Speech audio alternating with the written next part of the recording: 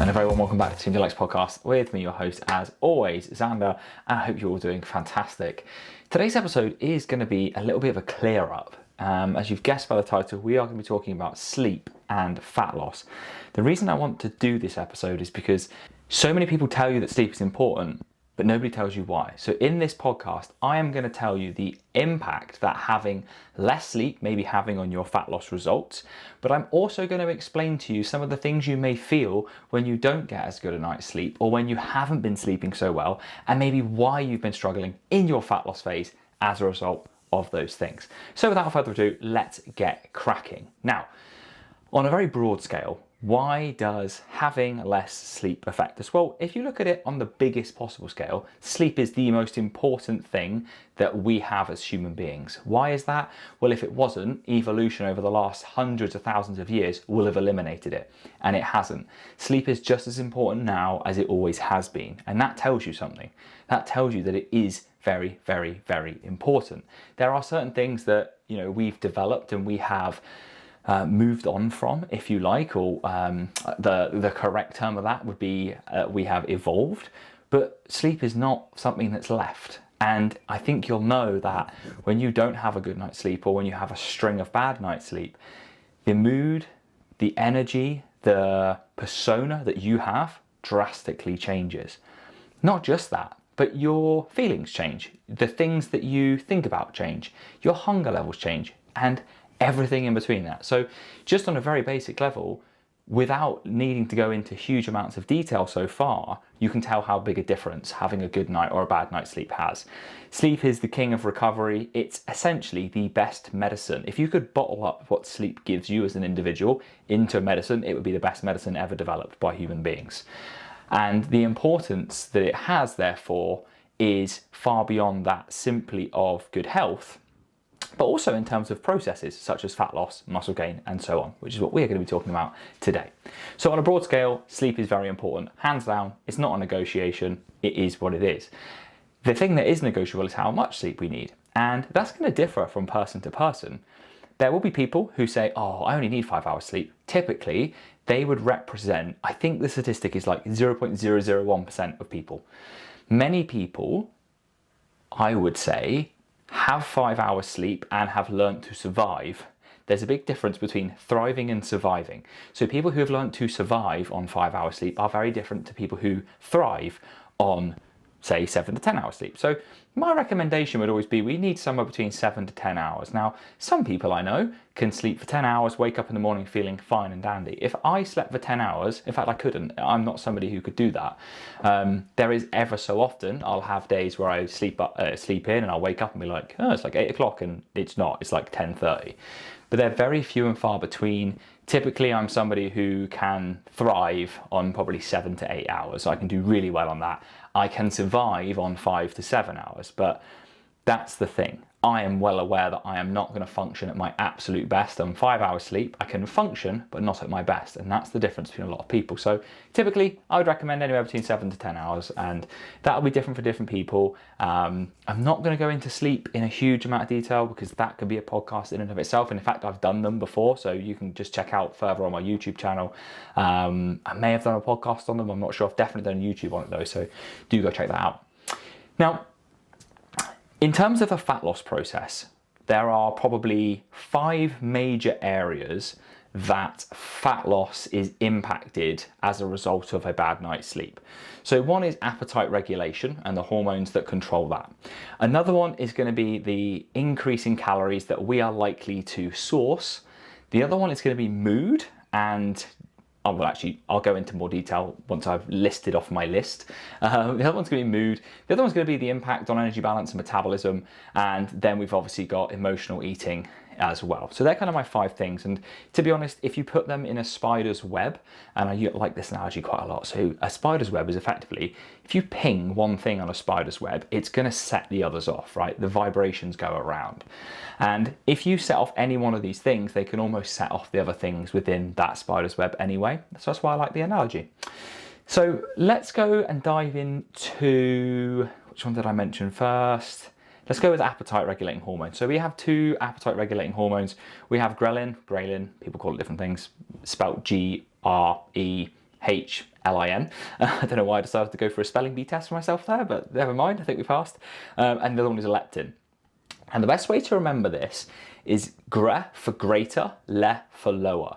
So greater, ghrelin, that increases our hunger signal. So we are getting greater amounts of hunger. Leptin, L, lowers that hunger. So the best way to look at this without going into a huge amount of detail is these guys are your railway signalers. One of them is saying, I am super hungry, we need more, flashing red lights, hello, we need some more food. They can be set off by the fact that stomach is empty or the release of fat cells and the breakdown of fat cells. So a fat loss process is going to be a pretty high chance of the release of ghrelin. They are going to be the main drivers, okay? So ghrelin is the main driver of your hunger.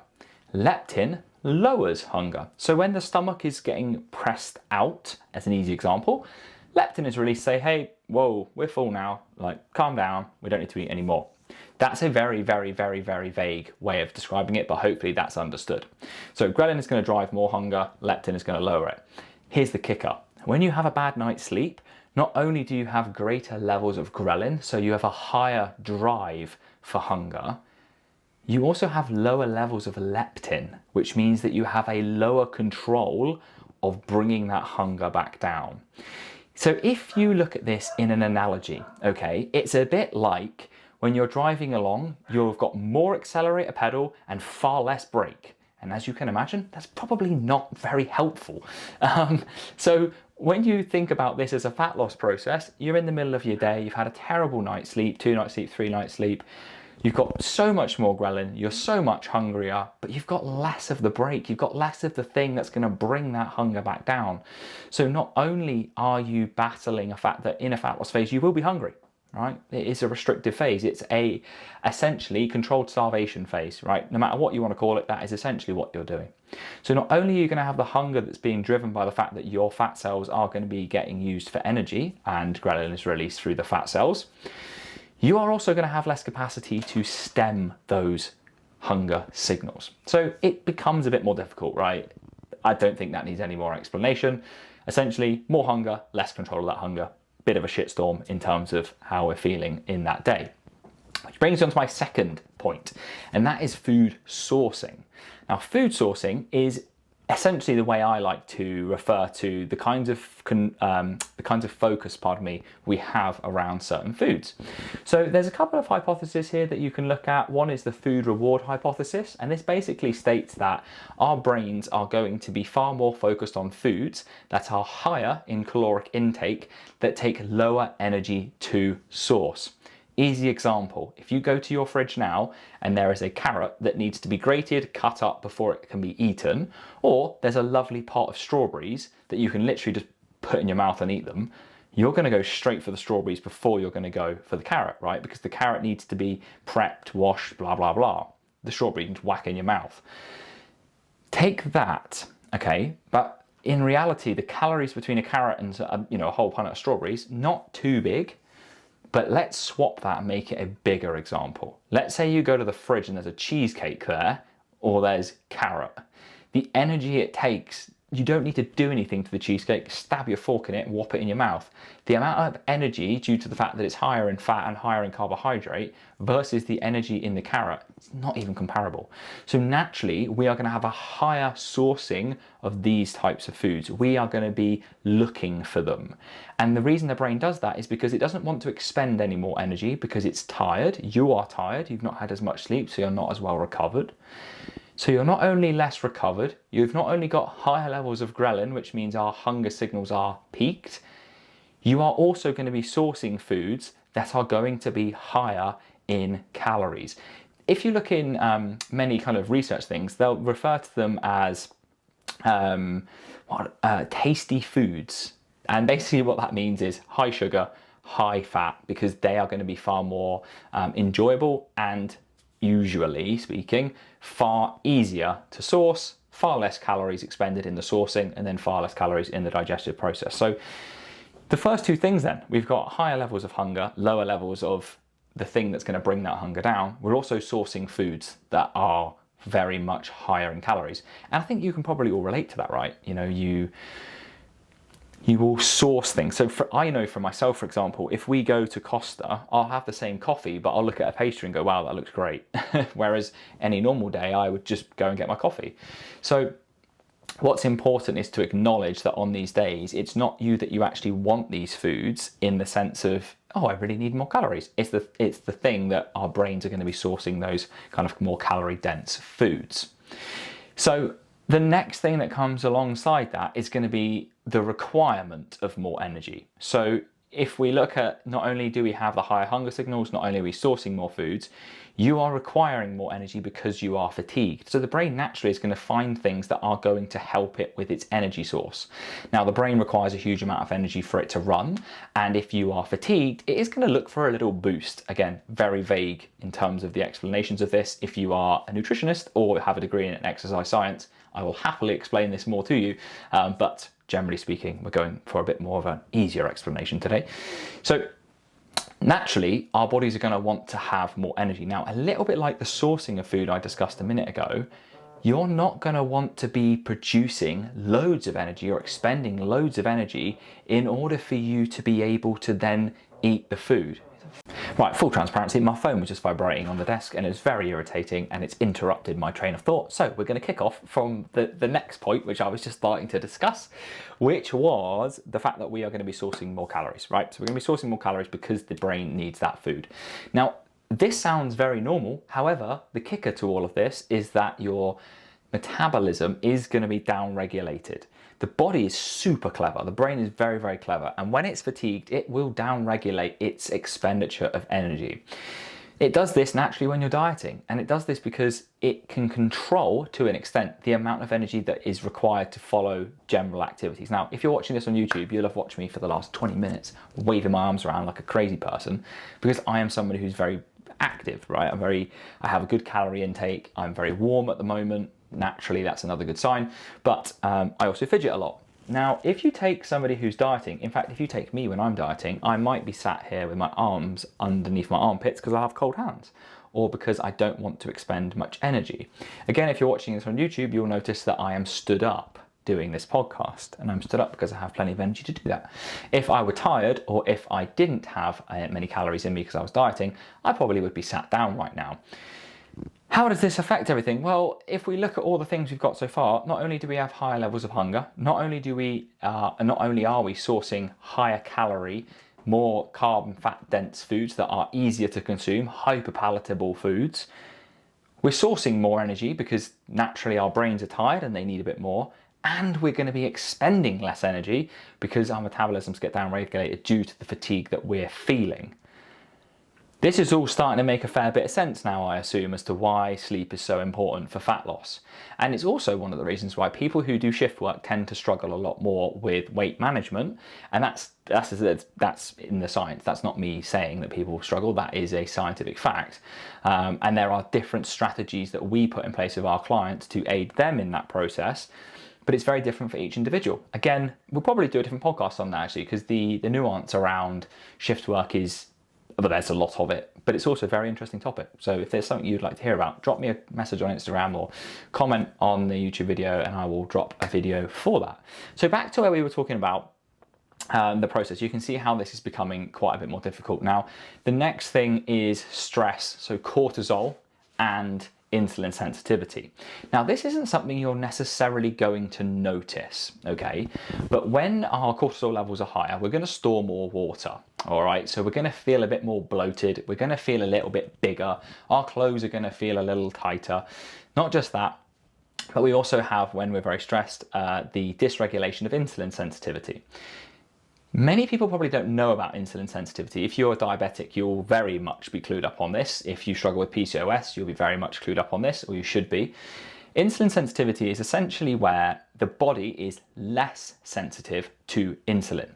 Now, when we eat things, our blood sugars increase, and it's the role of insulin to come into the bloodstream, pick up the blood sugar, and shuttle it into the cell where it can be used for energy.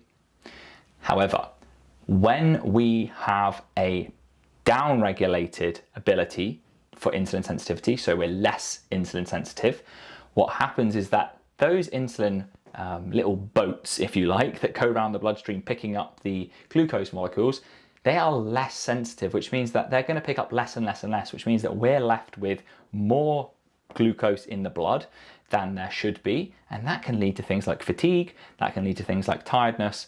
And I think you get the message. Neither of those things are what we want when we're already feeling this. So when you look at all of these things, as I said already, it's a spider's web. This cascade, what a word, wow. This cascade of effects that's come off the back of a few bad nights sleep, I don't think it takes a rocket scientist to put everything I've just said together and realize how much more difficult fat loss can become. Now, when you look at things like stress, the other impact that can have, and this is more chronic, if you're just stressed from one day, a bit different, but chronic stress also has an impact on things like muscle loss. Again, if you look at fat loss as a process, you should not be losing muscle. If you're listening to this going, oh, I lost loads of muscle last time, then either A, the process you went through absolutely sucked, or B, you just didn't have that muscle in the first place. I know both of those things are hard to hear, but they're both true. Nobody should be losing muscle when dieting. Unless you're a competitive athlete that's just stepped on the stage at 5% body fat or 3%, you won't have lost any muscle in that process. And if you have, like I said, you did a terrible job. So let's take then how stress can impact that. Well, if we are managing nutrition really well and we're going through the process, if you're in a deficit for a sustained period of time, you do increase the chances of muscle loss, okay? It would never be noticeable. However, if you keep going through a fat loss phase and you keep having terrible sleep, it can massively increase your chances of losing muscle, which if your aim, like 99% of the people who are trying to get lean is, the aim is to get lean so that you can see less body fat and more muscle tone. But if that muscle is being degraded by the fact that you're not sleeping very well, that's going to be a bit of an issue. So it's not just a fat loss challenge to have less sleep, but you're also going to be sacrificing all the hard-earned muscle that you've put to work for. So there's so many considerations here. Now, to wrap all of this up, what do all of these things possibly have in common? And more so for those of you who struggle with your relationship with food, that's going to be emotional eating. If you think about fatigue, if you think about the draw towards those tastier, hyperpalatable foods, if you think about the fact that ghrelin is going to be higher and leptin is going to be lower, if you think about the fact that you are more fatigued, more tired, the brain is craving those nice foods, this is going to be a really challenging thing for people who struggle with, say, binge eating disorder especially, and those who struggle with emotional eating. Because what you are doing is you are compromising the control that you likely have on a good day. So when you are feeling more emotionally regulated, more energized, and more comfortable, your mood is more balanced, you're going to make so much better decisions around food. You're going to make better decisions around exercise, movement, and the choices that you make for dinner, lunch, snacks, so on and so forth. You'll have more willpower. You will have a clearer brain to make better choices. But if you sacrifice those things by continually having less sleep, all of a sudden you're actually making the process so much more challenging for yourself. And also, if you're someone who's worked very hard on your relationship with food, potentially you're going to be, I'm not going to use the word sacrificing because that's a little extreme, but you will be making the process so much harder for yourself, and all the work that you've been putting in, you might start to question, when actually it has nothing to do with the work that you've put in because you've done a great job, but it will have a big impact on how hard it is for you to manage that. So on a good day, you might not even think about your relationship with food anymore. But if you have a continued level of low level of sleep and a continued stress compounding as a result of that, it may become a real challenge for you once again. And you might be thinking, oh, I'm fucking useless because I can't manage this. And I'm just, I thought I'd done it, but I haven't. It has nothing to do with those things. But it has everything to do with the fact that you've got both your hands tied behind your back because you are so tired, so stressed and so fatigued. So it is really important to balance these. It's really important to be aware of how our bodies respond to stimulus such as a lack of sleep, how our bodies respond to a stimulus in terms of the foods that we eat, how we respond to even things like trying to combat it with caffeine and so on, and the impact that that can have later in the day when it comes to going back to sleep. These are without doubt a conversation for another day, because again, I'm trying to keep these podcasts short and sharp, even though, as you all well aware, I struggle to do that. So I would give you 4 quick tips that I believe will help you to manage sleep and to manage the process so that you don't come up against these things. The first one is don't suffer twice. I talk about this all the time. If you have one bad night's sleep, don't then try and make yourself almost compound on that the following day, okay? I see this happen all the time. Someone will have a bad night's sleep, and then the next day they'll be like, oh, I don't want to go to bed yet because I'm really tired, but I had a bad night's sleep last night, so what's the point? That is you making that self-fulfilling prophecy come true. That's you saying, I probably won't have a good night's sleep tonight because I had a bad night's sleep last night. But that we just don't do that in any other way. You don't have a really good night's sleep and go, fucking hell, I'm so excited to go back to bed tonight. Woo! Do you? No, you do not. So we need to leave what's happened in the past. And this is where the next point comes in, which is sleep hygiene. This is not you showering while in bed. Ha ha ha. Sleep hygiene is the process that you should be going through before bed to optimize your chances of sleep. The simple rules are this: make your bedroom into a cave. It should be cool, it should be dark, and it should be quiet. If you are somebody who's got fucking blaring neon lights in, like that, not helpful. However, I don't have my phone on me right now because I threw it over there when it started ringing a minute ago. If you have different settings on it, okay, so I have different settings on mine where I can change it to a night light and I can dampen it right down so that as I'm going to bed, it's super, super quiet in terms of the light that we use. As it happens, we've got a little Lumie in our room now. We don't need to use that, but that is the same thing. It's a very, very dim light that's very calming. It's very easy on the eyes, and it will lower the senses. It will lower us into our sleep. Leave a window open as we're showering, so we leave the window open so the room gets cooled. Sometimes we leave the window open through the night, and then obviously quiet. We live in a really nice quiet area, so that's not too much of an issue, but if it were, I would be wearing earplugs, or I would use white noise. So playing a white noise so that it just blurs everything out into the background.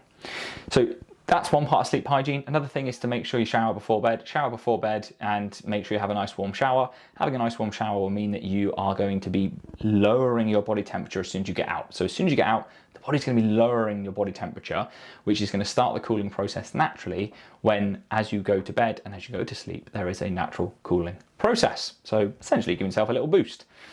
The next thing I always find to be very, very beneficial is your sleep environment. Now, we make our bed every morning, and so when you get into it, it's really quite nice. If your bed's a mess when you're getting into it, that's not going to be a calming way to start the evening's wind down.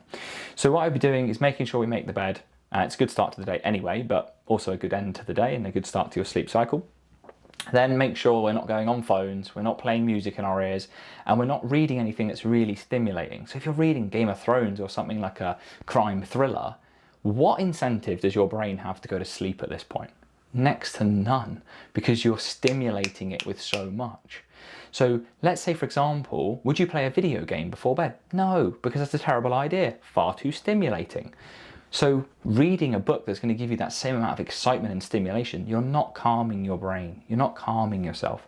I actually used to really like reading scientific literature before bed. So I'll read things like self-help books or books about appetite, things that really are quite boring late at night, because naturally the boredom that my brain is now feeling is going to create tiredness, it's going to create fatigue, it's going to lull me lovely jubbly into sleep.